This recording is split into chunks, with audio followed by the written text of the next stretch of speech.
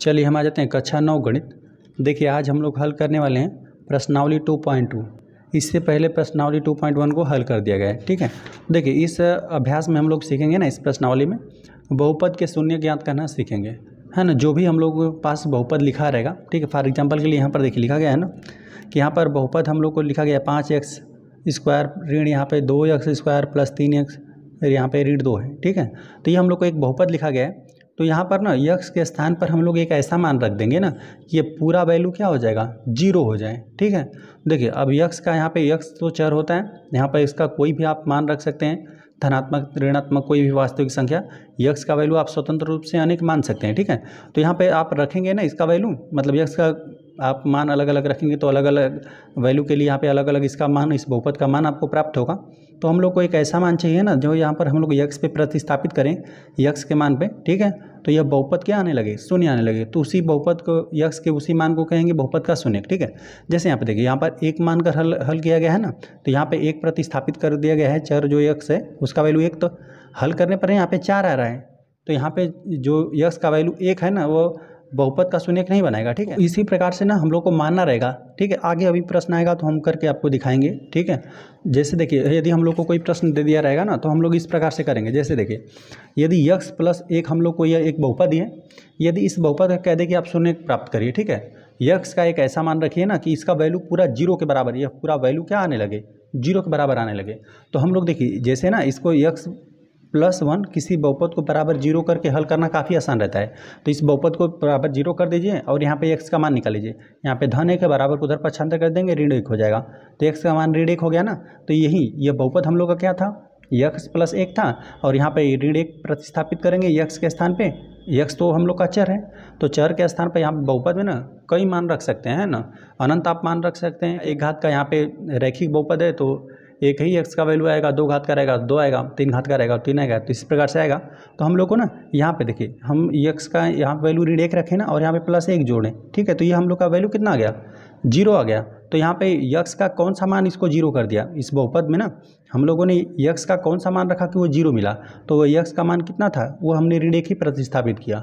और उस ऋण 1 को प्राप्त करने के लिए ना हम लोग को जो भी बहुपद दे देगा उसको हम लोग क्या कर देंगे, 0 के बराबर पहले मान लेते हैं। ठीक है, रैखिक बहुपद दे दिया, फिलहाल में रैखिक ही बहुपद है। ठीक है, उसको 0 के बराबर मान लेंगे और सब कुछ यहाँ पे पक्षांतर कर देंगे। ठीक है, यक्स यहाँ पे x प्लस 1 था, बराबर हमने 0 कर दिया, तो यहाँ पे यक्स का वैल्यू ऑटोमेटिक आपको निकल जाएगा। ठीक है, इस जो भी बहुपद दे दे उसको 0 के बराबर कर दिए, यहाँ पे प्लस 1 था, बराबर को उधर पक्षांतर कर दिया, ऋण 1 प्राप्त हो गया। ठीक है, तो आपको पता चल गया। इस तरह से आप रखते हैं, यहाँ पे यक्स का मान रख कर चेक करते हैं कि 0 रखेंगे कि ऋण 1 रखेंगे, इस प्रकार से रख कर आप चेक करते हैं।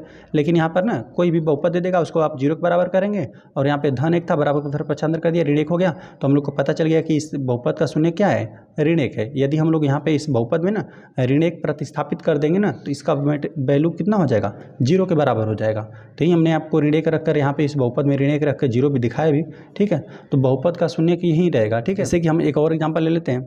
यहाँ पे x स्क्वायर, यहाँ पर हम लोग 5x लिख दिए, यहाँ पे प्लस चलिए 2 लिख देते हैं। ठीक है, इस प्रकार से हमने एक बहुपद लिख दिया। ठीक है, अब बहुपद में ना यहाँ पर हम लोग यक्स का वैल्यू, जैसे कि यहाँ पे यक्स का 0 1 2 3 ऋण 1, मतलब यहाँ पे तो अनंत मान हो सकता है। यक्स का वैल्यू यहाँ पर हम लोग को यह चर ही है। ठीक है, यहाँ पे हम लोग अनंत मान, धनात्मक ऋणात्मक कोई वास्तविक संख्या यहाँ पर हम लोग इसका वैल्यू रख सकते हैं। तो हम लोग को वह यक्स पर 2 घात है तो यहाँ पर हम लोग को 2 मान मिलेगा। ठीक है, हमें यक्स के वे 2 मान चाहिए ना जो यहाँ पर हम लोग यक्स के मान पे प्रतिस्थापित कर देना, तो इसका वैल्यू क्या आना चाहिए, 0 के बराबर आ जाना चाहिए। ठीक है, तो वही हो जाएगा बहुपद का शून्य। जो यहाँ पे बहुपद कोई भी लिख दे, यक्स के वे मान यहाँ पे बहुपद के शून्य कहलाएंगे जो इस पूरा वैल्यू को क्या कर देगा, 0। यक्स के वे मान यहाँ पे रखने को तो हम लोग अनंत मान रख सकते हैं, लेकिन हम लोग इसमें से ढूंढेंगे कि यक्स का वो कौन सा मान था जो इसको क्या कर दिया, 0 के बराबर कर दिया। चलिए प्रश्न आएगा तो हम लोग करेंगे। आ जाते हैं हम लोग। देखिए तो यहाँ में पहला प्रश्न दे दिया गया है ना, निम्नलिखित पर बहुपद, यहाँ पे 5 यक्स ऋण यहाँ पे 4x स्क्वायर प्लस 3 के मान ज्ञात कीजिए। ठीक है, यहाँ पे हम लोग को x बराबर 0 रखना है पहले प्रश्न में, और दूसरे में क्या रखना है, x बराबर ऋण 1 रखना है यहाँ पे x के स्थान पे, है ना, क्योंकि x का अनंत मान हो सकता है। तो इस प्रकार से हम लोग को पहले प्रश्न में 0 यहाँ पे रखना है, बहुपद में x बराबर यहाँ पे ऋण 1 रखना है, यहाँ पे 2 रखना है। तो हम लोग चलिए बारी बारी रखते हैं। यहाँ पे पहले में हम लोग को 0 रखना है। ठीक है, तो जो भी बहुपद है उसको हम लोग पहले नोट करते हैं। हल हम लोग पहले वाले प्रश्न को करने वाले हैं, पहले में भी हम लोग को पहला हल करना है। ठीक है, हम लोग लिख देते हैं बहुपद, जो बहुपद दिया है उसको एक बार हम नोट करते हैं। बहुपद हमें दे दिया गया है 5x है यहाँ पे ऋण दिया हुआ है, ठीक है, 5x सिर्फ है। अब यहाँ पे 4x², यहाँ पे +3 दिया हुआ है। और इसमें हम लोग को पहले वाले प्रश्न में कितना प्रतिस्थापित करना है, x बराबर 0। हम लोग लिख देते हैं x बराबर 0 प्रतिस्थापित करने पर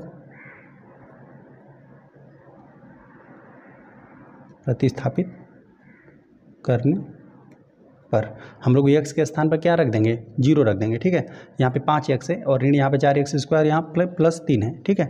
चलिए हम लोग रखते हैं, तो यहाँ पर हो जाएगा 5 और x के स्थान पर हम लोग को क्या 0 प्रतिस्थापित करना है, तो यहाँ पे 0 हो जाएगा। x के स्थान पर हमने 0 रख दिया, ठीक है। चलिए यहीं से हम लोग हल करते हैं, बराबर लिख देते हैं। यहाँ पे ऋण 4 हो गया, यहाँ पे 0 पर घात कितना 2, यहाँ पे प्लस हो गया है 3, ठीक है। बस यहीं सेम बहुपद लिखा गया है, x के स्थान पर हमने 0 प्रतिस्थापित कर दिया है। चलिए इसको और हल करते हैं। 5 में यदि 0 का गुणा कर देंगे तो ये 0 ही हो जाएगा, समाप्त हो जाएगा, ठीक है। तो यहाँ पर 4 का पर वर्ग है, मतलब 0, मतलब यहाँ पे 0 है, 0 पर वर्ग है, 0 का 0 में गुणा करेंगे तभी भी 0 ही मिलेगा। और 0 का फिर आप जब 4 में गुणा करेंगे तभी भी 0 मिलेगा। यह पद भी 0 हो गया और यह पद भी 0 हो गया, सिर्फ 3 हम लोग को मिला, ठीक है। तो जो भी बहुपद दिया था वहाँ पे हम लोगों ने x बराबर यहाँ पे 0 प्रतिस्थापित कर दिया, तो इसका वैल्यू कितना आ गया, 3 आ गया, ठीक है। तो जो यहाँ पे x का दिया हुआ मान है ना 0, ये इस बहुपद का शून्यक नहीं है, ठीक है, क्योंकि यहाँ पे 3 आया है मान। बस इसमें तो हम लोग को x का मान रख के ही दिखाना है, तो 3 आ गया। लेकिन हम बताते हैं ना कि जैसे कि यह बहुपद है, तो यहाँ पे x बराबर 0 हमने रखा ना, तो इसका मान 0 आ जाता है। यदि 0 के बराबर आ जाता है ना, यदि x बराबर 0 रखने पर इस बहुपद का मान 0 आ जाता है ना, तो x बराबर 0 इस बहुपद का एक शून्यक होता है। लेकिन यहाँ पर नहीं आया, तो यह x बराबर 0 इस बहुपद का शून्यक नहीं बनेगा, ठीक है। चलिए आ जाते हैं हम लोग सेकंड वाले प्रश्न पे। यह तो पहला था, सेकंड हम लोग नोट करते हैं। बहुपद तो हम लोग का ये सेम ही है, बहुपद लिख देते हैं हम लोग 5x, ऋण यहाँ पे 4x², यहाँ पे +3 है, ठीक है। और इस वाले सेकंड में हम लोग को प्रतिस्थापित करना है, x के स्थान पर ऋण 1 प्रतिस्थापित करना है। लिख देते हैं हम लोग x बराबर यहाँ पे ऋण 1 प्रतिस्थापित रहेगा,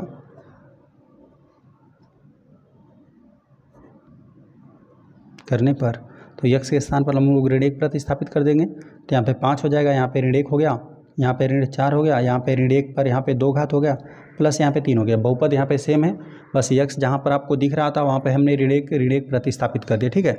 चलिए इसको हम लोग और हल करते हैं, ठीक है। चलिए यहाँ पे बराबर लिख देते हैं। देखिए 5 में ऋण 1 का गुणा करेंगे ना, तभी आपको ऋण 5 ही मिलेगा, ठीक है। 5 में ऋण 1 का गुणा कर देंगे तभी भी आपको ऋण 5 ही मिलेगा, ठीक है।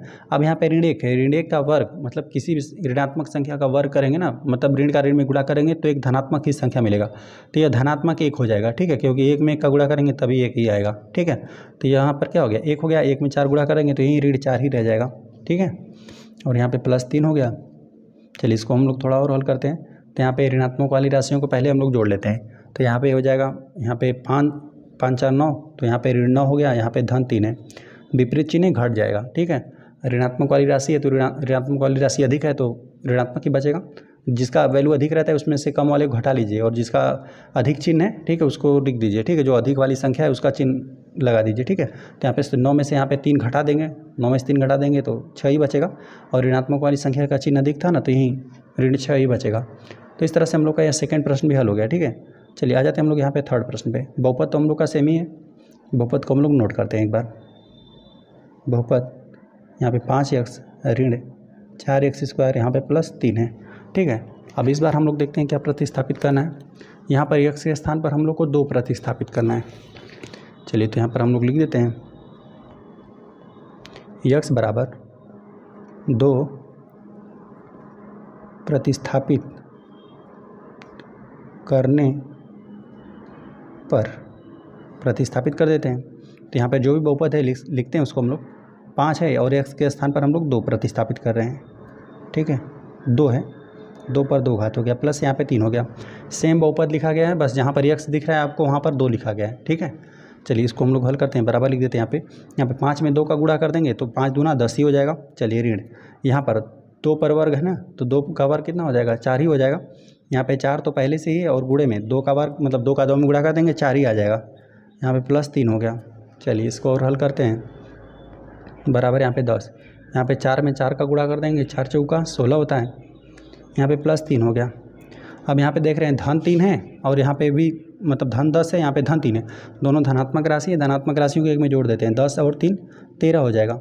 और यहाँ पे ऋण 16 है, ऋण वाला चिन्ह अधिक है, मतलब ऋणात्मक राशि का वैल्यू अधिक है, तो यहाँ पे धनात्मक वाले में से ऋणात्मक वाले को घटा दीजिए, ठीक है, विपरीत चिन्ह घटेगा ही। तो यहाँ पे 16 में से 13 घटा देंगे तो 3 ही बचेगा, अच्छा, किसका वैल्यू अधिक है? ऋणात्मक राशि का, तो ऋणात्मक वाले का चिन्ह भी लगा दीजिए। इसका मान कितना है? ऋण 3 है।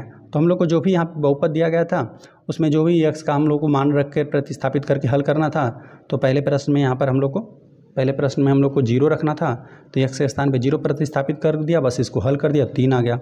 यहाँ पे दूसरे प्रश्न में हम लोग को ऋण 1 प्रतिस्थापित करना था, ऋण 1 प्रतिस्थापित कर दिया, सेम बहुपद रहेगा, बहुपद को हम नोट किया, जहाँ पर बस यहाँ पे ऋण 1 प्रतिस्थापित कर दिया x के स्थान पे, बस इसको हल कर लिया गया। ठीक है, तो यहाँ पे ऋण 6 वैल्यू हम लोग को मिला। वहीं तीसरे वाले प्रश्न में बहुपद तो सेम ही था, यहाँ पे x के स्थान पर हम लोग को 2 प्रतिस्थापित करना था, तो 2 प्रतिस्थापित कर दिया और इसको हल कर दिया, तो जो कि हम लोग को ऋण 3 आ गया। तो इस तरह से पहला प्रश्न हल हो गया। चलिए आ जाते हैं हम लोग क्वेश्चन नंबर 2 पे। क्वेश्चन नंबर 2 दे दिया गया है ना, निम्नलिखित बहुपदों में प्रत्येक बहुपद के लिए यहाँ पर P0, P1 और यहाँ पे P2 ज्ञात कीजिए। ठीक है, हम लोग को यहाँ पे PY बहुपद लिख कर दे दिया गया है। ठीक है, ये हम लोग का एक बहुपद है जिसे PY बराबर कर दिया गया है। ठीक है, अब यहाँ पर हम लोग को इस प्रकार से कुल 4 प्रश्न दिया गया है। तो यहाँ पे P0 है, मतलब यहाँ पे जो भी बहुपद है, ठीक है, जो भी यहाँ पे चर है, यहाँ पे उसका वैल्यू 0 रखकर हम लोग को हल करना है। दूसरे बार हम लोग को क्या 1 रखना है, फिर तीसरे बार कितना 2 रखना है। तो हम लोग चलिए पहले प्रश्न को नोट करते हैं, y² ऋण y प्लस 1 है। ठीक है, चलिए, और यहाँ पे 0, 1, 2 यही हम लोग को वैल्यू रखना है। ठीक है, तो हम लोग पहले प्रश्न को नोट करते हैं, हल करने वाले हम लोग दूसरे वाले प्रश्न में भी हम लोग पहला प्रश्न हल करेंगे। ठीक है, जो कि हमें दे दिया गया है ना, PY करके दे दिया गया है। हम लोग चलिए PY को नोट करते हैं, PY बराबर यहाँ पे y², यहाँ पे ऋण y और प्लस 1 है। तो हम लोग को ना यहाँ पे P0, P1, P2 ज्ञात करना है। ठीक है, P0 ज्ञात करने के लिए हम लोग को y बराबर क्या रखना पड़ेगा? 0। y बराबर 0 हम लोग लिख देते हैं प्रतिस्थापित करने पर।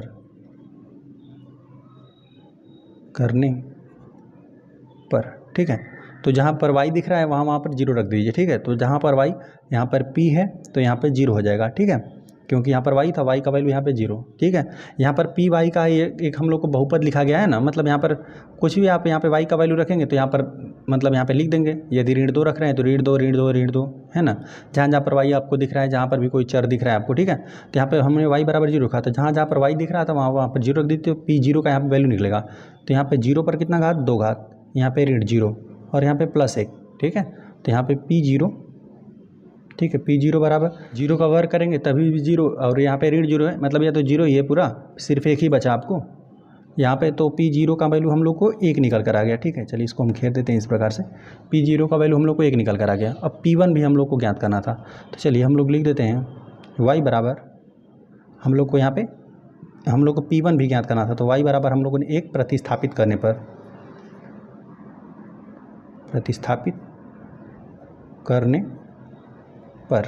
हम लोग 1 भी प्रतिस्थापित कर देते हैं, तभी हम लोग को P1 निकलेगा। P1 बराबर यहाँ पे y, मतलब y जहाँ पर दिख रहा है यही बहुपद है ना हम लोग का, यहाँ पर जहाँ पर y दिख रहा है वहाँ पर 1 1 रख दीजिए, 1 का वर्ग यहाँ पे ऋण 1, यहाँ पे प्लस 1। चलिए इसको हम लोग हल करते हैं, P1 है बराबर 1 का वर्ग करेंगे, मतलब 1 का कितना बार गुणा करेंगे तभी तो 1 ही मिलेगा, यहाँ पे ऋण 1 और यहाँ पे धन 1।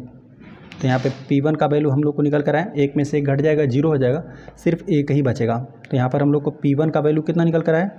1 निकल कर आ गया। चलिए अब हम लोग को ना P2 ज्ञात करना है। हम लोग y के स्थान पर क्या 2 प्रतिस्थापित करते हैं, y बराबर 2 प्रतिस्थापित करने पर। ठीक है, चलिए हम लोग को यही बहुपद है, बहुपद सेम ही रहेगा, बस जहाँ पर यहाँ पर y के स्थान पर हम लोग क्या है 2 प्रतिस्थापित कर देंगे। 2 बराबर यहाँ पे 2 का वर्ग हो जाएगा, यहाँ पे ऋण 2 और यहाँ पे प्लस 1। चलिए बस इसको हम लोग हल कर लेते हैं, तो यहाँ पर हो जाएगा P2 बराबर 2 का वर्ग, मतलब 2 दूना 4 ही हो जाएगा, ऋण 2 और यहाँ पे प्लस 1। चलिए P2 का वैल्यू यहाँ पर हम लोग ना, यहाँ पे धनात्मक यहाँ पे 4 है और धनात्मक 1 है, 4 में 1 जोड़ देंगे 5 हो जाएगा, और यहाँ पे ऋण 2 है, घटा दीजिए, 5 में से 2 घटा देंगे 3 ही बचेगा। तो यहाँ पर P3 का वैल्यू हम लोग को, P2 का वैल्यू 3 निकल कर आ गया। तो इस प्रकार से हम लोग का जो पहला प्रश्न था वो तो हल हो गया। चलिए अब आ जाते हैं हम लोग सेकेंड वाले प्रश्न पे। देखिए हम लोग को यहाँ पर ना, इसमें भी हम लोग को P0, P1, P2 ही ज्ञात करना है। ठीक है, तो यहाँ पर हम लोगों ने पहले प्रश्न के लिए तो ज्ञात कर दिया है ना, P0 का वैल्यू हम लोग को कितना निकल कर आया? 1, P1 का 1, यहाँ पे P2 का 3 निकल कर आया। चलिए, तो इस प्रकार से हम लोग को यहाँ पे सेकंड प्रश्न दे दिया गया है P2। यहाँ पर जो भी यहाँ पर हम लोग को बहुपद दे दिया गया है, बहुपद को तो नोट करेंगे ही, हम यहाँ पे T दे दिया गया है, तो T बराबर हम लोग 0 मान लेंगे, फिर 1 मान लेंगे, फिर 2 मान लेंगे, तब हम लोग को यहाँ पे P0 और P1 और P2 का यहाँ पर मान निकल कर आएगा। तो जो भी बहुपद लिखा गया है, चलिए पहले हम लोग इसको नोट करते हैं। यहाँ पर दिया गया है ना 2 + T + 2T स्क्वायर, यहाँ पे रीड T पर घन है, ठीक है। चलिए सेकेंड प्रश्न में हम लोग बहुपद को नोट करते हैं। सेकेंड प्रश्न, चलिए जो बहुपद दिया था उसको हम लोग नोट करते हैं। P है, T है, 2 प्लस यहाँ पे T दिया हुआ है या प्लस है, यहाँ पे T, यहाँ पे प्लस 2T स्क्वायर, यहाँ पे ऋण T पर यहाँ पे 3 घात है। इसमें भी हम लोग P0 ज्ञात करते हैं, ठीक है। P0, P1 और P2 हम लोग को ज्ञात करना है। तो यहाँ पे P0 ज्ञात करने के लिए हम लोग को क्या करना पड़ेगा, जो हम लोग का चर है उसके बराबर 0 प्रतिस्थापित करना पड़ेगा, ठीक है। तो T ही यहाँ पर चर है, तो हम लोग लिख देते हैं T बराबर 0 प्रतिस्थापित करने पर,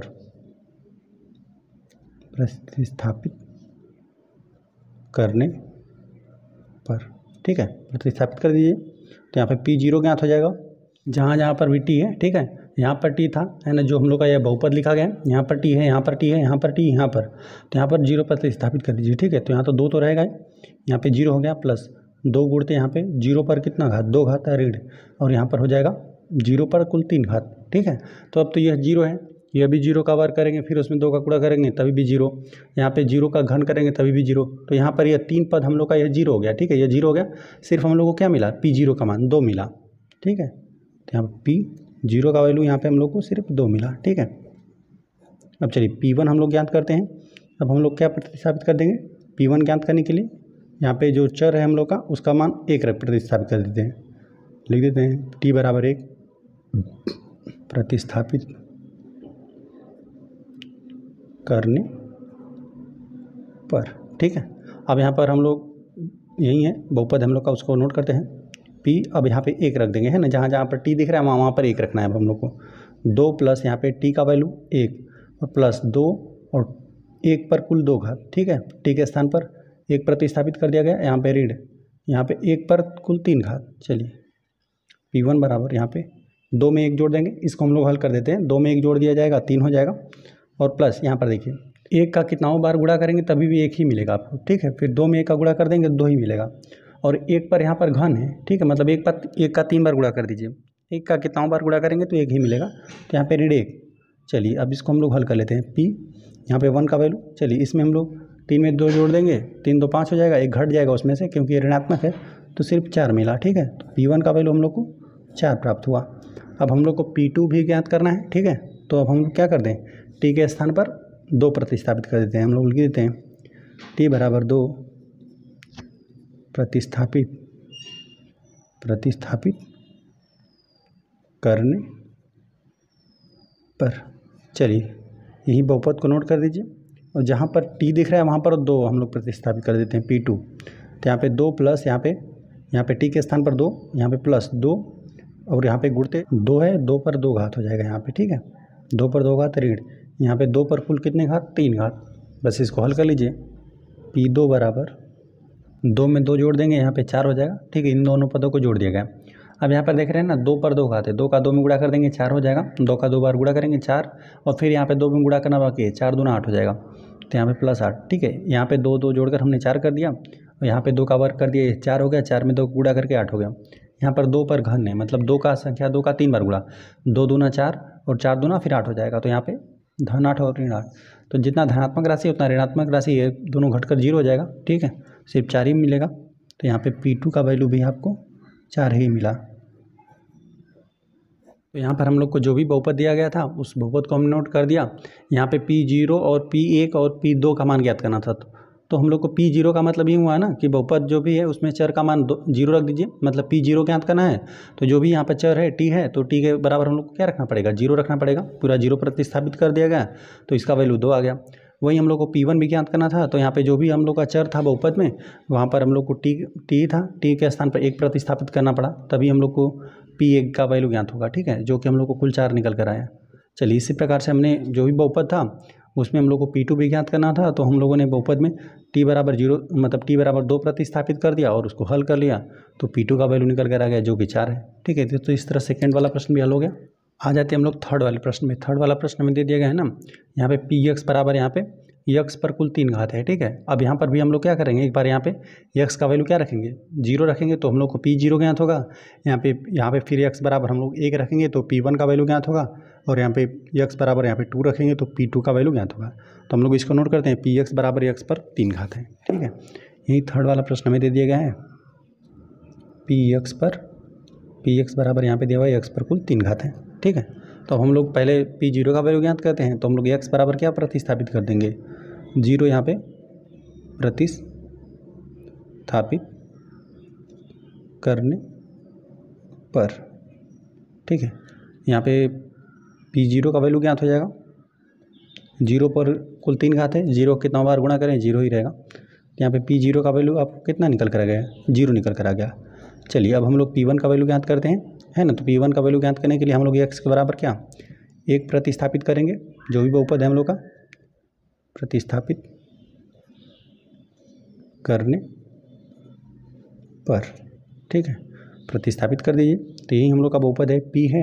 अब x बराबर जहाँ पर x दिख रहा है वहाँ पर 1 रख दीजिए, तो P1 का वैल्यू निकल जाएगा 1 पर कुल 3 घात, P है 1 हो गया, 1 पर यहाँ पे है ना x जो भी रहेगा हम लोग का, x का जो चर है हम लोग उसका जो भी वैल्यू रखेंगे, तो यहाँ पर हमने 1 प्रतिस्थापित करें तो 1 का कितना बार गुणा करेंगे, 3 बार, 1 पर कुल 3 घात आ गया, 1 का कितना बार गुणा कर दें 1 ही आएगा, तो P1 का वैल्यू 1 आ गया। चलिए अब हम लोग को P2 का वैल्यू ज्ञात करना है, तो x बराबर इस बार हम लोग क्या 2 प्रतिस्थापित कर देते हैं,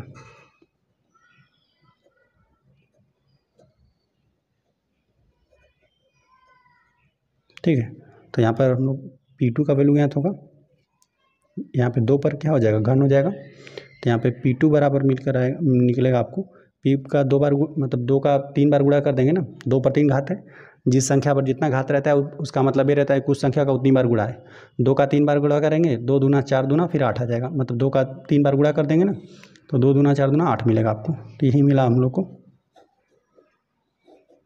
P0 का मान यहाँ पे 0 मिला, ठीक है। इस बहुपद के लिए P0 का मान यहाँ पे 0, और यहाँ पे P1 का मान 1, और यहाँ पे P2 का वैल्यू 8 निकल कर आ गया। चलिए इस प्रकार से ये भी प्रश्न हल हो गया। आ जाते हैं हम लोग चौथे वाले प्रश्न पे। चौथे प्रश्न में हम लोग बहुपद दिया हुआ है, Px बराबर एक कोष्टक में x ऋण 1 है और एक कोष्टक में x प्लस 1 है, ठीक है। चलिए इसको हम लोग नोट करते हैं, दिया हुआ है हम लोग को Px बराबर x ऋण 1, यहाँ पे x प्लस 1 है, ठीक है। तो यहाँ पर यदि हम लोग इसको ना देखिए, एक कोष्टक में प्लस बी एक कोष्टक में माइनस बी प्रकार से है, ठीक है। ये द्विघात बहुपद लिखा गया है ना, गुणनखंड के रूप में लिखा गया है, ठीक है। ये द्विघात ही बहुपद है, ठीक है। यहाँ पे गुणा कर देंगे, मतलब यहाँ पे एक कोष्टक में प्लस बी एक कोष्टक में प्लस ए माइनस बी रहता है, तो क्या हो जाता है ए का वर्ग ऋण बी का वर्ग हो जाता है, ठीक है। यही होता है सर्वसमका से। तो यहाँ पे एक्स स्क्वायर ऋण 1 हो जाएगा, इन दोनों का आपस में गुणा कर देंगे तो, ठीक है। द्विघात बहुपद ही लिखा गया है। तो चलिए हम लोग को P0 का मान ज्ञात करना है, तो हम लोग यहाँ पे x बराबर 0 प्रतिस्थापित कर देते हैं पहले,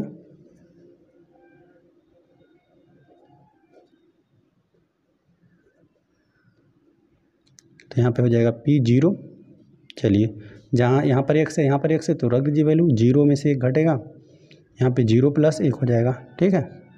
तो यहाँ पे P0 का वैल्यू, ठीक है। 0 माइनस 1 का मतलब हुआ कि 1 ही मिलेगा आपको, ठीक है। 0 तो समाप्ति हो जाएगा, ऋण 1 मिला। अब यहाँ से आपको क्या निकल कर आएगा, 1 ही निकल कर आएगा, है ना। यहाँ पर 0 प्लस 1 है, तो यहाँ पे 0 समाप्ति हो जाएगा, सिर्फ 1 ही मिलेगा, है ना। यहाँ पे 1 है, चलिए यहाँ पे एक बार हम लोग लिख ही देते हैं। यहाँ पे 0, यहाँ पे ऋण 1 था तो ऋण 1 हो जाएगा, यहाँ पे 0 प्लस 1 था तो सिर्फ 1 हो जाएगा, है ना। तो यहाँ पे ऋण 1 में 1 का गुणा करेंगे तो सिर्फ आपको ऋण 1 ही मिलेगा, ठीक है। तो यहाँ पे P0 का वैल्यू आपको ऋण 1 निकल कर आ गया, ठीक है। अब हम लोग P1 का वैल्यू ज्ञात कर लेते हैं, ठीक है। तो यहाँ पर x बराबर हम लोग क्या प्रतिस्थापित कर देंगे, 1 प्रतिस्थापित करने पर,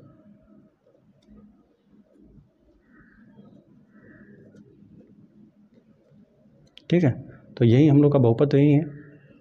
यहाँ पे P1 रख देते हैं, यहाँ पे 1 ऋण 0 मतलब नहीं, यहाँ पे 1 ऋण 1 रहेगा ना, यहाँ पे x के स्थान पर हमने 1 प्रतिस्थापित कर दिया, तो 1 यहाँ पे x के स्थान पर 1, और यहाँ पे ऋण 1 तो रहेगा ही, ठीक। कोष्टक बंद, यहाँ पे 1 प्लस 1 हो जाएगा। चलिए यहाँ पर हो जाएगा P1, ठीक है। तो यहाँ पर देखेंगे ना आपको ऋण 1 तो पहले से था, x का मान 1 रख दिया गया, तो 1 ऋण 1 हो गया। जब 1 में से 1 घटा देंगे आप तो 0 मिलेगा, ठीक है। तो यहाँ पर ये हो जाएगा 0 गुणते, यहाँ पे 1 में 1 जोड़ 2, 1 में 1 जोड़ दिया जाएगा 2 हो जाएगा। तो यहाँ पे P 1 का वैल्यू हम लोग को निकल कर आया। किसी भी संख्या में आप 0 से गुणा कर देंगे तो 0 ही आ जाएगा। कोई भी संख्या है यदि 0 से आप उसमें गुणा कर दिए तो सिर्फ 0 हो जाएगा सब कुछ, ठीक है। तो यहाँ पे हम लोग को P1 का वैल्यू 0 निकल कर आ गया, ठीक है। अब यहाँ पर हम लोग को P2 का भी वैल्यू ज्ञात करना है, तो x बराबर हम लोग 2 प्रतिस्थापित कर देते हैं। x बराबर 2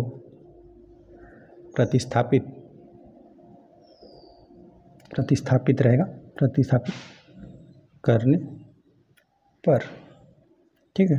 तो यही हम लोग का जो बहुपद है उसको नोट करते हैं। बस यहाँ पे x के स्थान पर हम लोग क्या रख देंगे, 2 प्रतिस्थापित कर देंगे। तो यहाँ पे 2 ऋण 1 हो जाएगा, यहाँ पे 2 + 1 हो जाएगा, ठीक है, कोष्टक बंद। चलिए बस इसको हल कर लिया जाए। तो यहाँ पे P2 का वैल्यू 2 में से 1 को घटा देंगे तो 1 ही मिल जाएगा, ठीक है। और गुणते यहाँ पर देखिए 2 में 1 जोड़ दिया जाएगा तो यहाँ पे 3 हो जाएगा, है ना। तो यहाँ पे हो जाएगा 3 में 1 का गुणा कर देंगे तो 3 ही आपको मिलेगा। तो यही निकल कर आया हम लोग को P0 का मान इस बहुपद के लिए P0 मतलब यहाँ पे जो भी बहुपद लिखा गया है x के स्थान पर यदि 0 रख दिया गया तो ही P0 होगा, ठीक है। तो P0 का मान ऋण 1 आ गया, और यहाँ पे जब x बराबर 1 रखा गया तो P1 का मान 0 निकल कर आया गया। और वहीं जब इस बहुपद में यहाँ पे x का मान 2 प्रतिस्थापित कर दिया गया तो यहाँ पे P2 का वैल्यू यहाँ पे 3 निकल कर आ गया। तो इस तरह से हम लोग का दूसरा प्रश्न हल हो गया। चलिए हम आ जाते हैं क्वेश्चन नंबर 3 पे। क्वेश्चन नंबर 3 हमें दे दिया गया है ना, सत्यापित कीजिए कि दिखाए गए मान निम्नलिखित स्थितियों में संगत बहुपद के शून्यक है। तो इस प्रकार से हम लोग को कुल 8 प्रश्न दिया गया है। यहाँ पर हम लोग को एक बहुपद लिखा गया है ना, प्रत्येक प्रश्न में हम लोग को यहाँ पे बहुपद लिखा गया है। जैसे यहाँ पे पहले प्रश्न बहुपद क्या है, Px बराबर यहाँ पे 3x + 1, ये हम लोग को एक बहुपद लिखा गया है, ठीक है। तो यहाँ पे जो भी संगत स्थिति आपको दी जाया गया है ना कि x का मान यदि ऋण 1 रखेंगे ना, ऋण 1/3 रखेंगे तो यह शून्यक होगा, बहुपद के शून्यक है, ये हम लोग को सत्यापित करना है। तो हम लोग कब कहेंगे कि यह बहुपद का शून्यक है, जैसे यहाँ पर ये बहुपद लिखा गया ना, यह x का वैल्यू लिखा गया, तो इस तरह से ना इस यहाँ पे जो x है उसका तो हम लोग कोई भी वास्तविक संख्या इस तरह से अनंत मान हम लोग रख सकते हैं ना।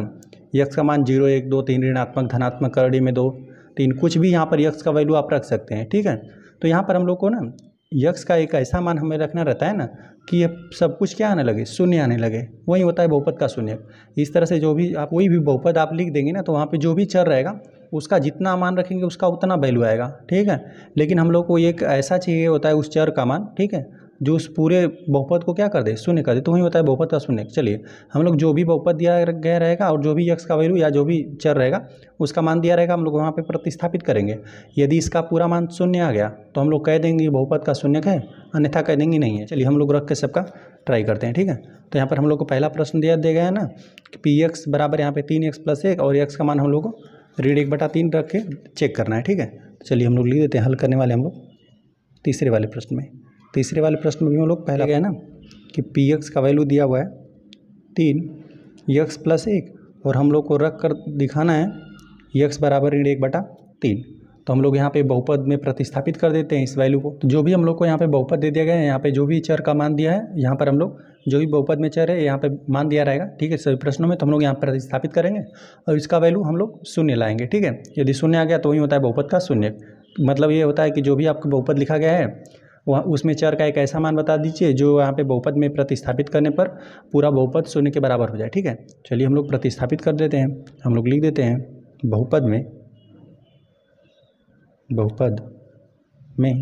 हम लोग का यही है में x बराबर हम लोग लिख देते हैं ऋण 1/3 प्रतिस्थापित करने पर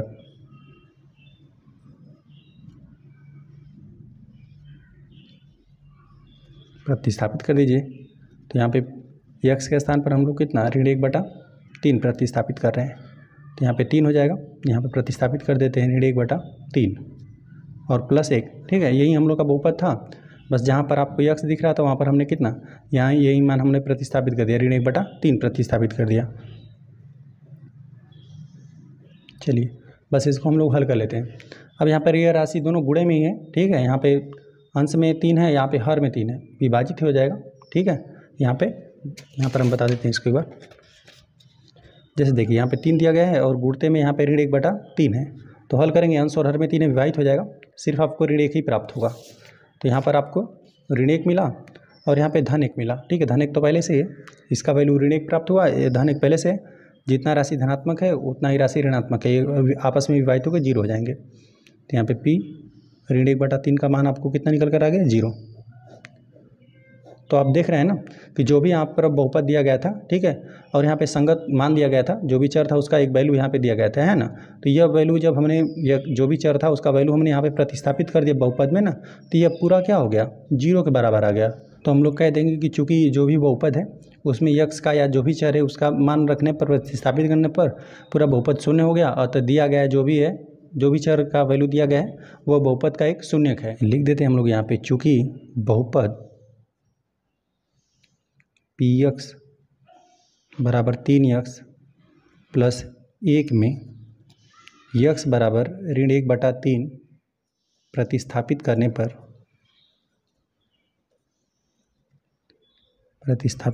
पर बहुपद शून्य हो गया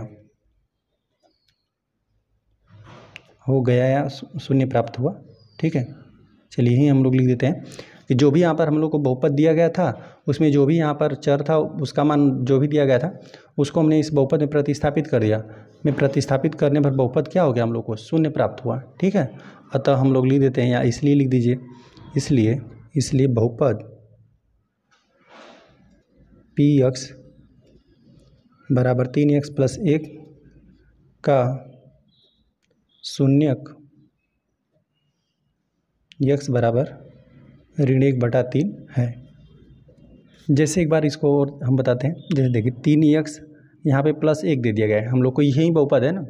तो इसमें ना आप चाहें तो आप यक्स का जो वैल्यू है स्वतंत्र रूप से कोई भी वास्तविक संख्या, 0 हो गया, 1 2 हो गया, करने में 3 हो गया, 0 5 6 7, इस तरह से जो इच्छा करे आप वो रख सकते हैं ना। इस तरह से अनंत वैल्यू एक्स का रख सकते हैं।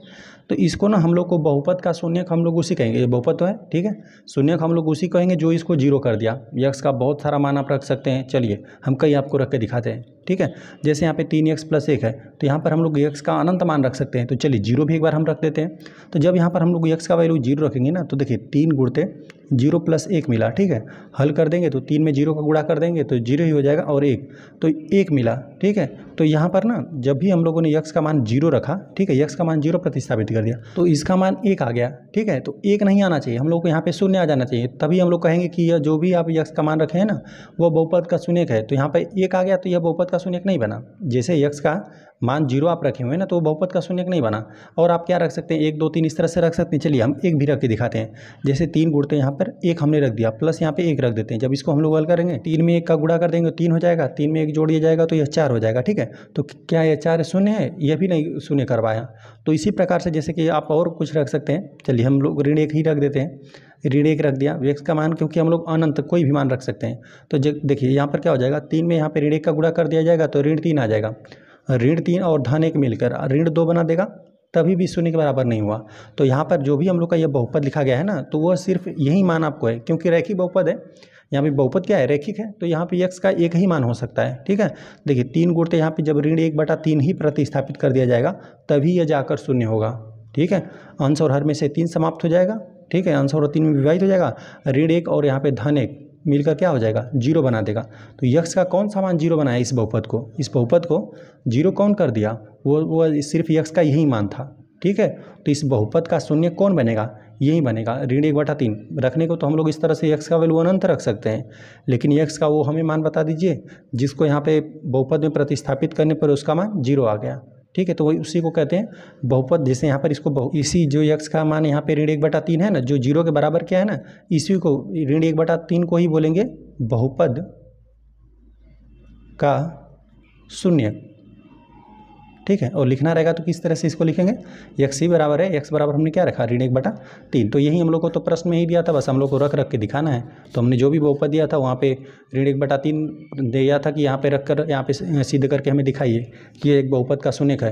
तो हमने ये प्रतिस्थापित कर दिया, प्रतिस्थापित करने पर क्या हो गया, 0 के बराबर आ गया। तो हमने लिख दिया कि चूँकि जो ये बहुपद है पी एक्स बराबर 3x प्लस 1 में यक्स बराबर ऋण 1/3 जो भी दिया था प्रतिस्थापित करने बहुपद शून्य हो गया। बहुपद क्या हो गया, शून्य हो गया। तो इसलिए बहुपद का यहाँ बहुपद जो भी है पी एक्स बराबर यहाँ पे 3x प्लस 1 का शून्य कौन बना, ये बनेगा शून्य, क्योंकि यह क्या कर देगा, यहाँ पर बहुपद में यह वैल्यू रखने पर यह क्या कर दिया, शून्य के बराबर कर दिया। तो इस तरह से हम लोग का यह पहला वाला प्रश्न हल हो गया। चलिए आ जाते हैं हम लोग अब सेकेंड वाले प्रश्न पे। देखिए सेकेंड प्रश्न में हम लोग को दे दिया गया है ना, पी एक्स बराबर 5x ऋण पाई है और x बराबर यहाँ पे 4/5 है। ठीक है, चलिए इसको हम लोग हल करते हैं। एक बार यहाँ पर हम नोट करते हैं इसको ना, px बराबर यहाँ पे 5x ऋण पाई और यहाँ पे हम लोग को प्रतिस्थापित क्या करना है, ऋण 4/5। चलिए प्रतिस्थापित कर दीजिए सिंपली, यहाँ पे x के स्थान पर यह वैल्यू रख दीजिए। हम लोग लिख देते हैं x बराबर 4 बटा, बहुपद में ही हम लोग प्रतिस्थापित करें, लिखना रहेगा तो लिख देंगे बहुपद में, ये हम लोग का बहुपद है। x बराबर हम लोग क्या 4/4 प्रतिस्थापित करने पर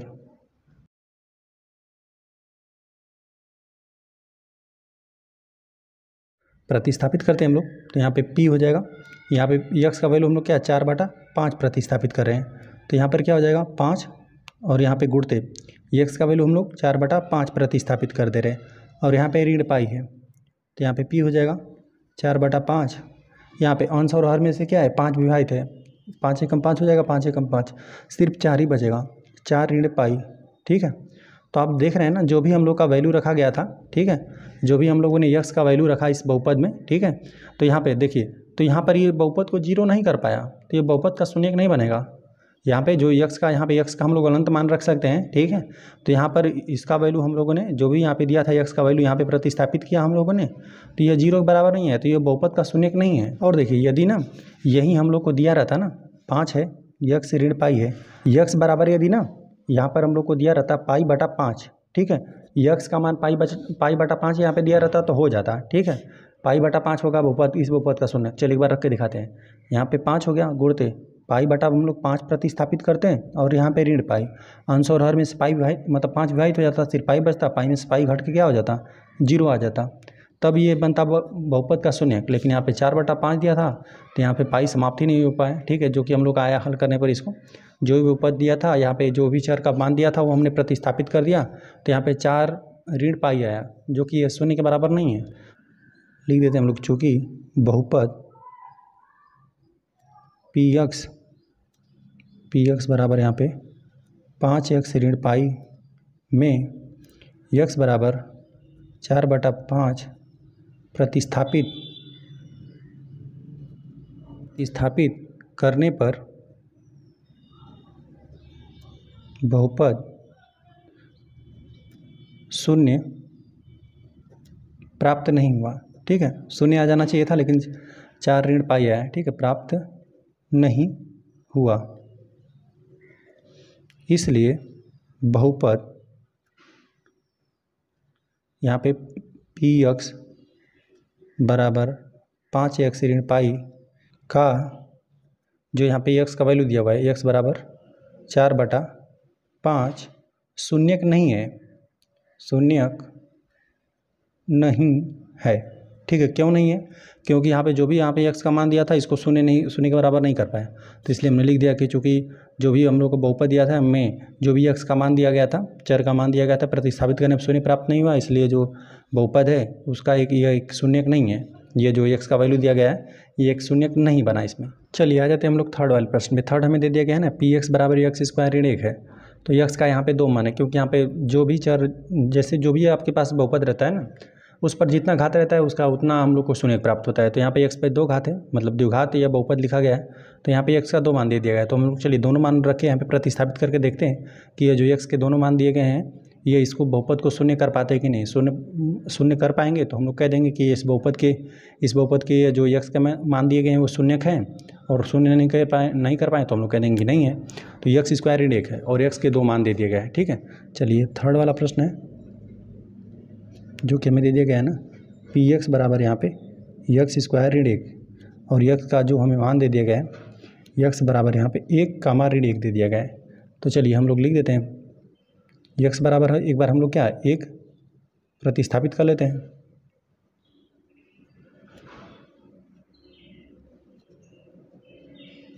एक जब हम लोग प्रतिस्थापित कर देंगे तो p1 का मान क्या निकल कर आएगा, 1 पर वर्ग ऋण 1।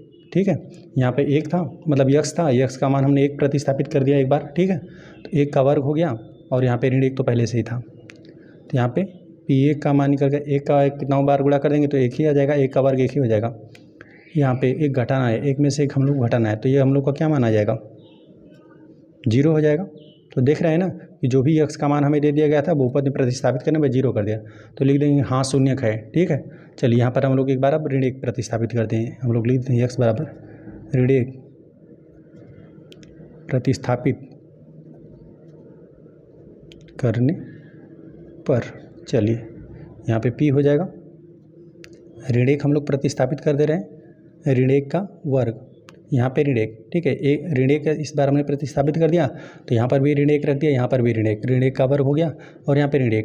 चलिए इसको हल करते हैं। p ऋण 1 बराबर, यहाँ पे किसी भी ऋणात्मक संख्या का वर्ग किया जाएगा तो हमेशा धनात्मक हो जाता है। ठीक है, तो यहाँ पे क्योंकि ऋण ऋण का गुणा होकर आपस में धनात्मक होता है, और 1 का 1 में गुणा कर देंगे, क्योंकि 1 का 1 में भी 2 बार गुणा हो जाएगा। ठीक है, ऋण में ऋण का गुणा होकर धनात्मक, 1 का 1 में गुणा कर देंगे तो 1 ही हो जाएगा, है ना। ऋण 1 का वर्ग 1 हमें प्राप्त हुआ।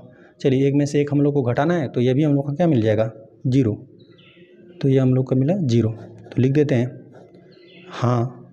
ठीक है, हम लोग सिंपल में लिख देते हैं हाँ, जो यहाँ पर हम लोग को बहुपद दिया गया है पी यक्स, लिख देते हैं हाँ पी यक्स बराबर यहाँ पे यक्स स्क्वायर ऋण 1 बहुपद के, यही बहुपद है, बहुपद के शून्यक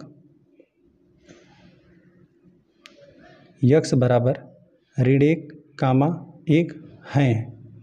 ठीक है, हम लोग को जो भी बहुपद दिया गया था और यहाँ पे जो चर था उसका 2 वैल्यू दे दिया गया था, क्योंकि घात 2 था, तो यहाँ पे हमने x भी प्रतिस्थापित कर दिया, तो ये 1 भी प्रतिस्थापित कर दिया तभी भी 0 कर दिया, और ऋण 1 इस बहुपद में रख के प्रतिस्थापित करके हल किए तभी भी 0 कर दिया। ठीक है, तो ये दोनों जो x के दोनों मान दिए हैं ना इस बहुपद के शून्यक होंगे, तो लिख दिया हाँ जो पी एक्स बराबर एक्स स्क्वायर ऋण 1 बहुपद के शून्यक x का मान ऋण 1 है। चलिए थर्ड प्रश्न में हम लोग का हल हो गया।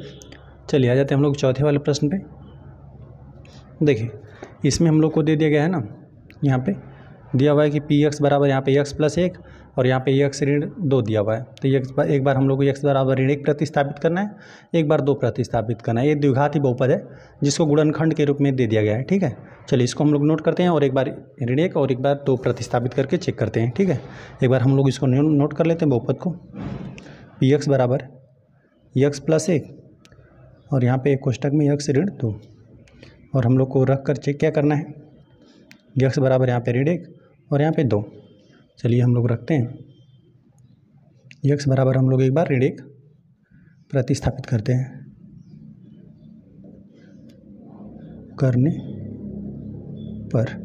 ठीक है, जब हमने ऋण 1 प्रतिस्थापित कर दिया तो p ऋण 1 बराबर यहाँ पे ऋण 1 हो जाएगा, ऋण 1 और धन 1। ठीक है, क्योंकि x के स्थान पर हमने ऋण 1 प्रतिस्थापित कर दिया और धन 1 तो है ही, और दूसरे वाले कोष्टक में यहाँ पे ऋण 1 प्रतिस्थापित कर दिया और यहाँ पे ऋण 2 है। ठीक है, ऋण 1 इसके स्थान पर प्रतिस्थापित कर दिया, ऋण 2 पहले से ही था, तो यहाँ पे ऋण 2 हो गया। चलिए तो p ऋण 1 का मान देखिए, यहाँ पे ऋण 1 इसका हमने प्रतिस्थापित कर दिया ना, यह धन 1 है। ठीक है, तो यहाँ पे ऋण 1 और धन 1 मिलकर यहाँ पर क्या बना देगा 0।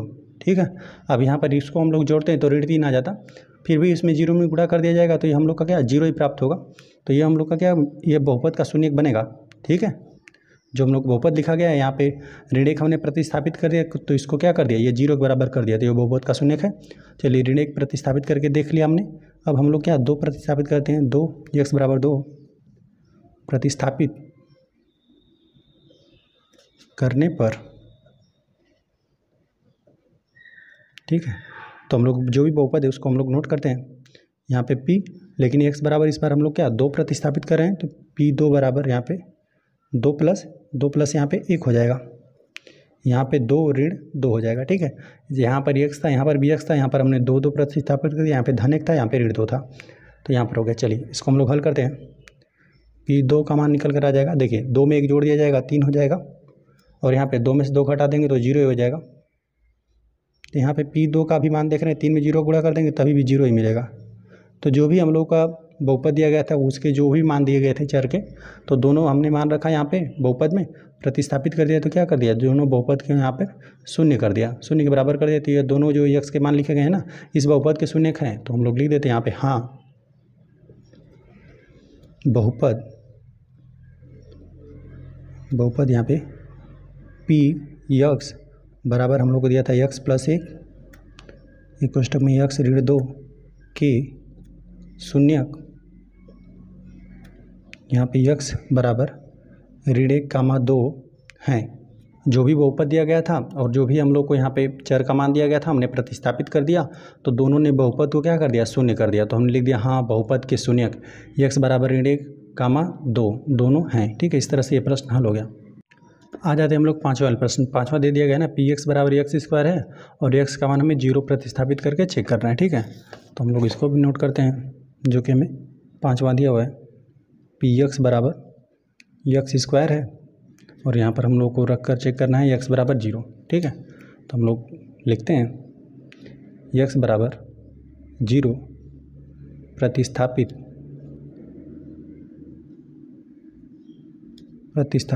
करने पर। ठीक है, तो प्रतिस्थापित कर दिया जाए तो यहाँ पे P0 का मान, यहाँ पे 0 का वर्ग करेंगे तभी भी 0 ही प्राप्त होगा। ठीक है, P0 बराबर यहाँ पे 0 मिला। ठीक है, जो भी यहाँ पर हम लोग को बहुपद दिया गया था और जो भी बहुपद का हमें चर का मान हमें दे दिया गया था उसको हमने प्रतिस्थापित कर दिया, तो यहाँ बहुपद को क्या कर दिया, 0 के बराबर कर दिया। लिख देते हैं यहाँ पर भी हाँ बहुपद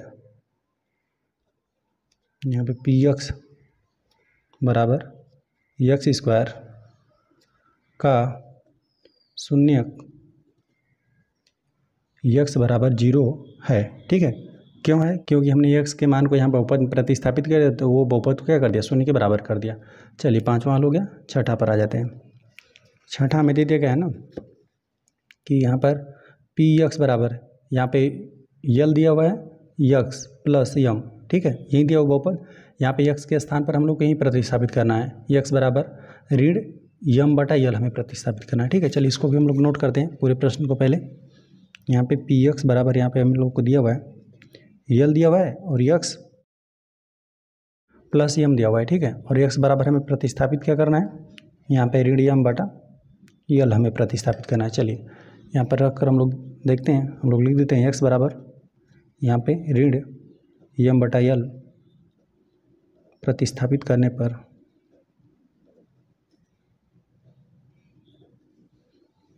ठीक है, प्रतिस्थापित कर देते हैं। p और x के स्थान पर यही है ऋण यम बटा यल। चलिए तो यहाँ पर हो जाएगा यल गुणते, यहाँ पे x के स्थान पर हम लोग क्या लिख दें, ऋण यम बटा यल लिख देते हैं, है ना। यही हम लोग को प्रतिस्थापित करना था, यहाँ पर x था, यहाँ पर x था, तो हमने यहाँ पे ऋण यम बटा यल प्रतिस्थापित कर दिया। यहाँ पे प्लस यम भी है। चलिए बस इसको हम लोग हल कर लेते हैं। p ऋण यम बटा यल। चलिए देख रहे हैं ना, यहाँ पे अंश में यल है, हर में यल है, ये आपस में विभाजित हो जाएगा एक ही बार में, अंश और हर में विभाजित हो जाएगा, सिर्फ बचेगा क्या, ऋण यम बचेगा और यहाँ पे धन यम बचेगा। तो जितनी राशि ऋणात्मक है उतना भी धनात्मक है, आपस में घट कर क्या हो जाएंगे, 0 हो जाएगा। तो यहाँ पे p ऋण यम बटा यल का वैल्यू हम लोग को निकल कर आ गया 0। ठीक है, तो जो भी यहाँ पर हम लोग को बहुपद दिया गया था, चर का जो मान था, यहाँ बहुपद में मैंने प्रतिस्थापित कर दिया तो वो क्या कर दिया, 0 के बराबर कर दिया। तो यह बहुपद का शून्यक बनेगा। तो हम लोग लिख देते हैं हाँ बहुपद जो हम लोग का दिया हुआ है पी एक्स बराबर यल एक्स है, यल एक्स प्लस यम का शून्यक रहेगा एक्स बराबर ऋण यम बटा यल है। ठीक है, इस प्रकार से अभी प्रश्न हल हो गया। चलिए छठा हल हो गया, हम लोग आ जाते हैं सातवां वाले प्रश्न पे।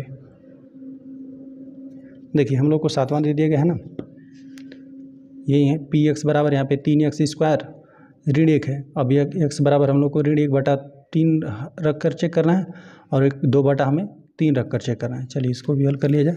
चलिए हम लिख देते हैं एक बार यहाँ पे पी एक्स बराबर यहाँ पे 3x स्क्वायर ऋण 1 है और ये x का वैल्यू हम लोग को रख कर क्या चेक करना है, ऋण 1 बटा करणी में 3 है, यहाँ पे 2 बटा करणी में 3 है। चलिए तो एक बार हम लोग लिख देते हैं x बराबर ऋण 1 बटा 3 प्रतिस्थापित करने पर प्रतिस्थापित कर देते हैं। तो यहाँ पर हो जाएगा p और x के स्थान पर हम लोग को ऋण 1 बटा यहाँ पे करणी में 3 प्रतिस्थापित करना है। ठीक है, यही बहुपद है बराबर 3, यहाँ पे x के स्थान पर इस बार हम लोग क्या ऋण 1 बटा करणी में 3 प्रतिस्थापित कर रहे हैं और यहाँ पे वर्ग है, वर्ग कर दिया, यहाँ पे ऋण 1 कर देते हैं। चलिए इसको हम लोग और हल करते हैं।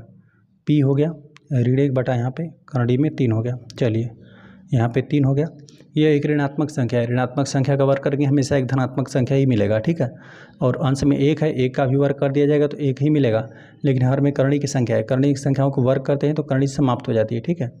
यहाँ पे ऋण 1 मिला, ठीक है। इसका आप इसको हल करेंगे हम लोग ना, देखिए यही हमें दे दिया गया है ऋण 1 बटा यहाँ पे कर्णी में 3 है ना, तो इसी पर वर्ग है तो मतलब इसी का 2 बार गुणा हो जाएगा, तो ऋण 1 बटा यहाँ पे कर्णी में 3। तो यहाँ पे ऋणात्मक ऋणात्मक गुणा होगा तो एक धनात्मक संख्या मिलेगी। अंश में 1 का 1 में गुणा कर दिया जाएगा तो 1 ही मिलेगा। यहाँ पे कर्णी में 3 है, हर में कर्णी में 3 है, कर्णी में 3 गुणा कर देंगे 3 ही मिलेगा, ठीक है। 1/3 प्राप्त हुआ। अंश और हर दोनों में यहाँ पे 3 है, विभाजित हो जाएगा तो यहाँ पर मिलेगा p ऋण 1 बटा यहाँ पे कर्णी में 3, अंश और हर में से 3 विभाजित हो जाएगा, 1 बचेगा, 1 में से 1 घटा दिया जाएगा तो 0 मिलेगा, ठीक है। तो हल करने पर हम लोग को कितना मिला, 0 मिला, ठीक है। जो भी यहाँ पर हम लोग को बहुपद दिया गया था उसमें हम लोगों ने x का वैल्यू रखा तो इस बहुपद क्या कर दिया, शून्य कर दिया, तो यह बहुपद का शून्य है। चलिए इसको हम लोग ट्राई करते हैं, हम लोग लिख देते हैं x बराबर, अब हम लोग 2 बटा कर्णी में 3 प्रतिस्थापित करने पर, चलिए इसको भी हम लोग चेक करते हैं। तो यहाँ पर हमें दे दिया गया है ना, जो भी बहुपद है उसको नोट करते हैं p और x के स्थान पर कितना, यही 2 बटा कर्णी में 3। चलिए यहाँ पे 3 हो गया और यहाँ पे कोष्टक में हम लोग का हो जाएगा 2 बटा यहाँ पे कर्णी में 3 का यहाँ पे वर्ग, और यहाँ पे ऋण 1 हो गया। जो भी बहुपद दिया गया था उसमें हम लोगों ने x के स्थान पर यहाँ पे 2 बटा कर्णी में 3 प्रतिस्थापित कर दिया, यहाँ पर भी, ठीक है। चलिए तो यहाँ पर इसको हम लोग हल करते हैं, तो यहाँ पर हो जाएगा 3 और यहाँ पर वर्ग है ना, अंश पर भी वर्ग होगा, हर पर भी वर्ग होगा, तो अंश का वर्ग कितना हो जाएगा, 2 दूना 4 हो जाएगा, हर का वर्ग करेंगे तो यहाँ पे कर्णी समाप्त हो जाएगी। और यहाँ पे ऋण 1 है, ठीक है।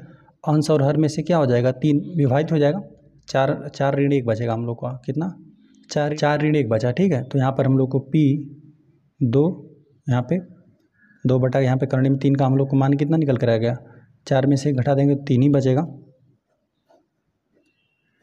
तो देख रहे हैं ना कि बहुपद में हम लोगों ने इस चर का मान ऋण 1 बटा कर्णी में 3 प्रतिस्थापित कर दिया, तो यह तो 0 कर दिया, ठीक है। तो यह बहुपद का शून्य कहलाएगा, इस बहुपद का यह एक शून्य बना।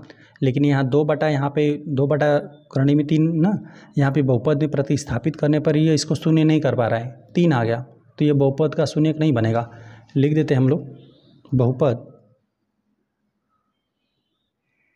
जो हम लोग को दे दिया गया है p x बराबर यहाँ पे 3 x स्क्वायर ऋण 1 का हम लोग लिख देते हैं शून्य, यह वाला जो मान है, ठीक है। x बराबर ऋण 1 बटा कर्णी में 3 है, परंतु जो x बराबर यहाँ पे 2 बटा कर्णी में 3, x बराबर 2 बटा कर्णी में 3 नहीं, ठीक है। तो हमें बहुपद जो दिया गया था इसके यहाँ पर x के 2 मान दे दिए गए, तो यहाँ पर हम लोगों ने ऋण 1 बटा कर्णी में 3 को प्रतिस्थापित कर दिया तो यह बहुपद शून्य हो गया, ठीक है। तो यह इस बहुपद का एक शून्य बना, और इसी बहुपद में हम लोगों ने 2 बटा कर्णी में 3 इसको प्रतिस्थापित करके हल कर दिया तो यह 3 आ गया, ठीक है, जो कि शून्य के बराबर नहीं है। तो यह बहुपद का शून्य नहीं बनेगा, यह बनेगा और यह नहीं बनेगा।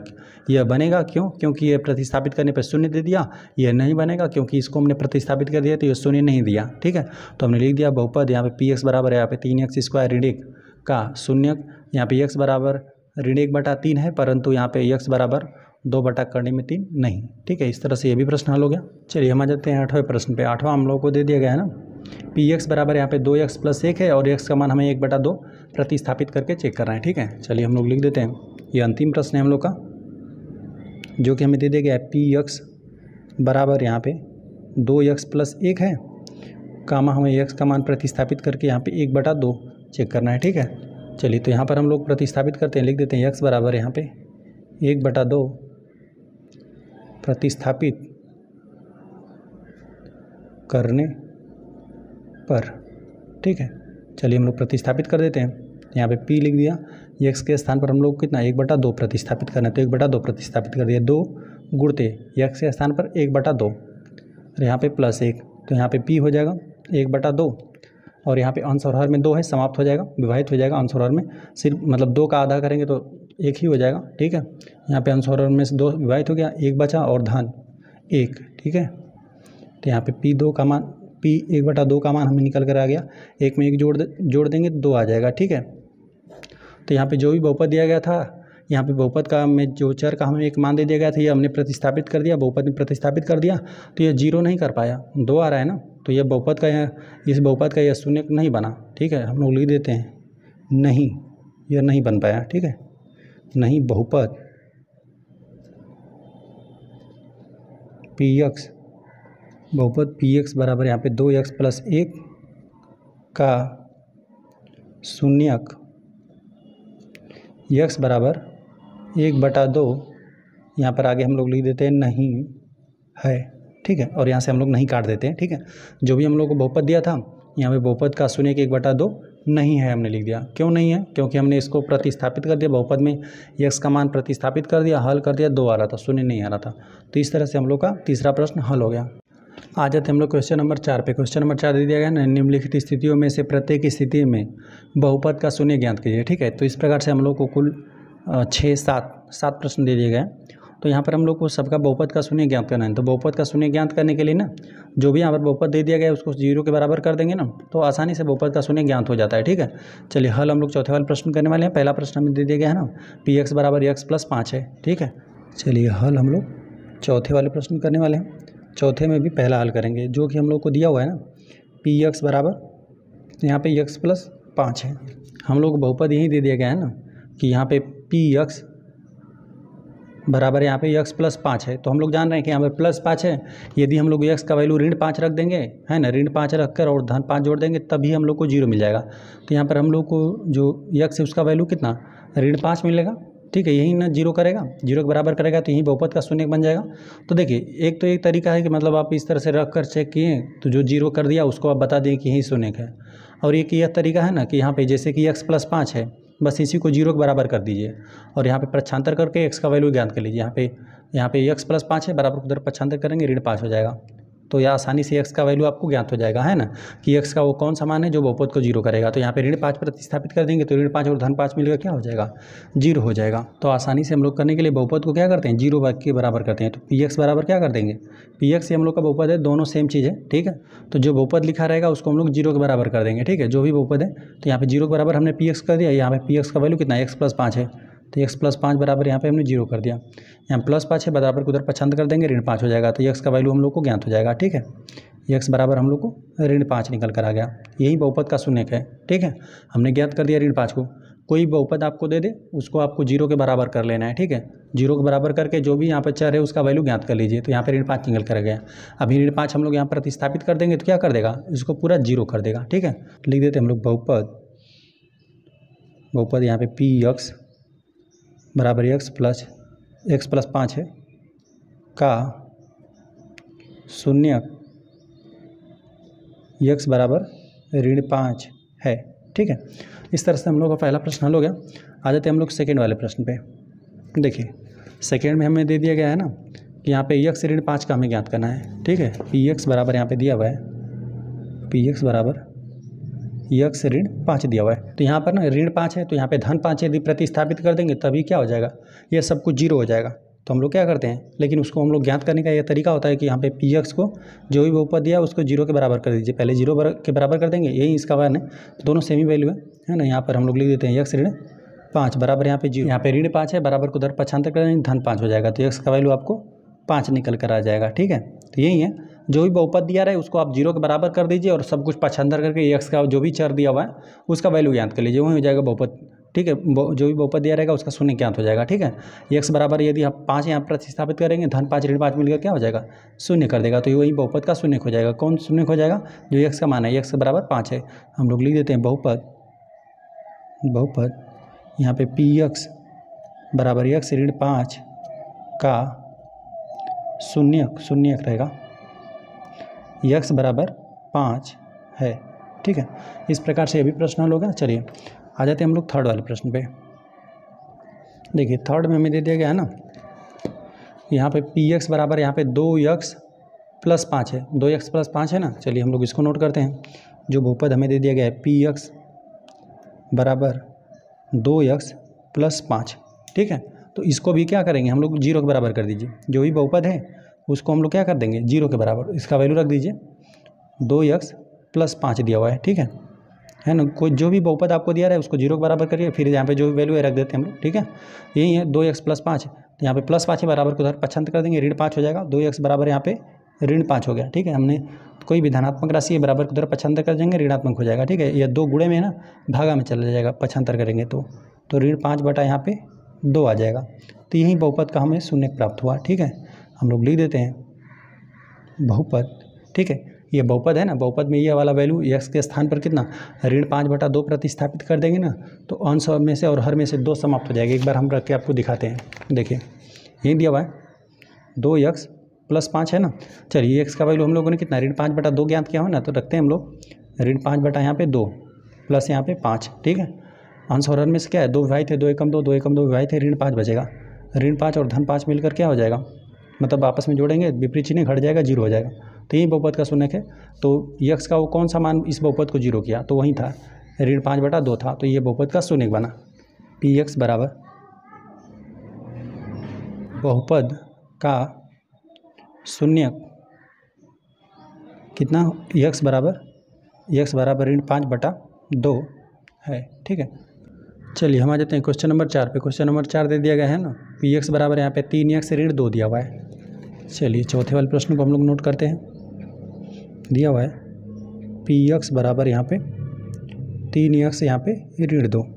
चलिए इसका हम लोग शून्य ज्ञात करते हैं, तो हम लोग क्या कर देंगे, px जो भी वैल्यू दिया गया है उसको जीरो के बराबर कर दीजिए। चलिए रख देते हैं इसका मान 3x ऋण 2 दिया हुआ है, इसको हम लोग जीरो कर देंगे। जीरो करने के बाद यहाँ पे सब कुछ पक्षांतर करके x का वैल्यू ज्ञात कर लीजिए, जो भी चाहे उसका वैल्यू ज्ञात कर लीजिए, ठीक है। तो यहाँ पे ऋण 2 है, पक्षांतर करेंगे धन 2 हो जाएगा। तो यहाँ पे 3x बराबर यहाँ पे ऋण 2 था, बराबर उधर पक्षांतर कर दिया, धन 2 हो गया। यहाँ पे 3 गुणे में भागा में चला जाएगा, तो x बराबर यहाँ पे 2 बटा 3 आ गया।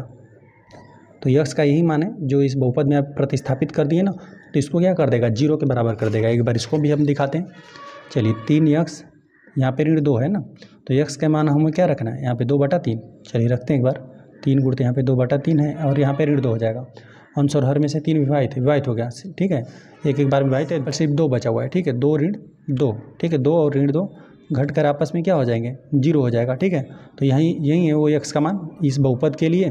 x का यही मान है जो क्या कर देगा, शून्य के बराबर कर रहा है, तो यही बहुपद का शून्य हो जाएगा, ठीक है। चलिए इसको हम लोग नोट कर देते हैं, लिख देते हैं हम लोग बहुपद px बराबर यहाँ पे 3x ऋण 2 का शून्य x बराबर 2 बटा 3 है। चलिए चौथा हल हो गया।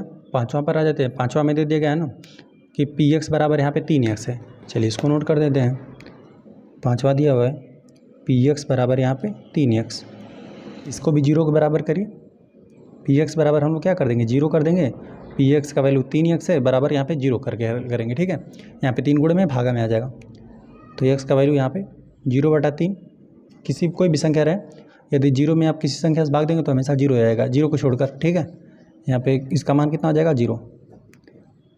तो ये जो बहुपद लिखा गया है यहाँ पे x का मान 0 प्रतिस्थापित कर देंगे तो ये क्या हो जाएगा, 0 के बराबर हो जाएगा, है ना। x के इस तरह से आप अनंत मान रख सकते हैं, है ना।